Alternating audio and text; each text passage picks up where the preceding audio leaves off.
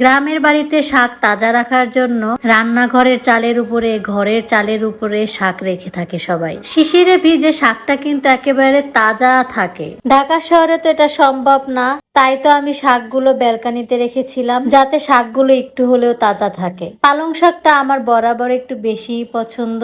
অনেকদিন ধরেই হাজবেন্ডকে বলছিলাম পালং শাক আনার জন্য, কিন্তু সে তো পালং শাক পাচ্ছিলই না, কারণ সে রাত্রে অনেক লেট করে বাসায় আসে আর তখন শাকসবজি একদমই রাস্তায় পাওয়া যায় না, বাজারঘাটও সব বন্ধ থাকে। এর জন্য সে অনেক দিন ধরে শাকসবজি আনতে পারছিল না। তো আজকে একটু বাসায় তাড়াতাড়ি আসার কারণেই সে শাকটা পেয়ে গেল, তাই নিয়ে আসলো। শাকটা রাত্রবেলা এনেছে, কিন্তু আমি তো রাত্রে রান্না করব না, আমি রান্না করব পরের দিন দুপুরবেলা। তাই তো আমি ব্যালকানিতে রেখেছিলাম শাকটা একটু তাজা রাখার জন্য। বেশ অনেকটাই তাজা ছিল, মোটামুটি ভালোই ছিল, এতটাও শুকাই যায় নাই, মোটামুটি ভালোই তাজা ছিল। কাজ করতে করতে ফানি করা আমার বেশ ভালো লাগে, আর সেটা তোমাদের সাথে শেয়ার করতে অনেক ভালো লাগে। আর এই কাজ করার সময় তোমাদের ভাইয়া মানে আমার হাজবেন্ড যদি পাশে থাকে তাহলে তো কোনো কথাই নেই। তো আমার মতো কে কে পালং শাক অনেক পছন্দ করো শেষে অবশ্যই কমেন্টে সাড়া দিয়ে যাবে। খুনসুটির মধ্যে কাজ করতে আমার সব সময় বেশ ভালো লাগে। কাজ করতে করতে একটু টিকলি পরার চেষ্টা করছিলাম শাক দিয়ে, কিন্তু ডাটাটা ভেঙে গেল, হলো না। ছাগলামি পাগলামি করে কাজ করতে আমার বেশ ভালো লাগে। আমার ভিডিওগুলো তোমাদের কেমন লাগে অবশ্যই কমেন্টে জানিয়ে যাবা।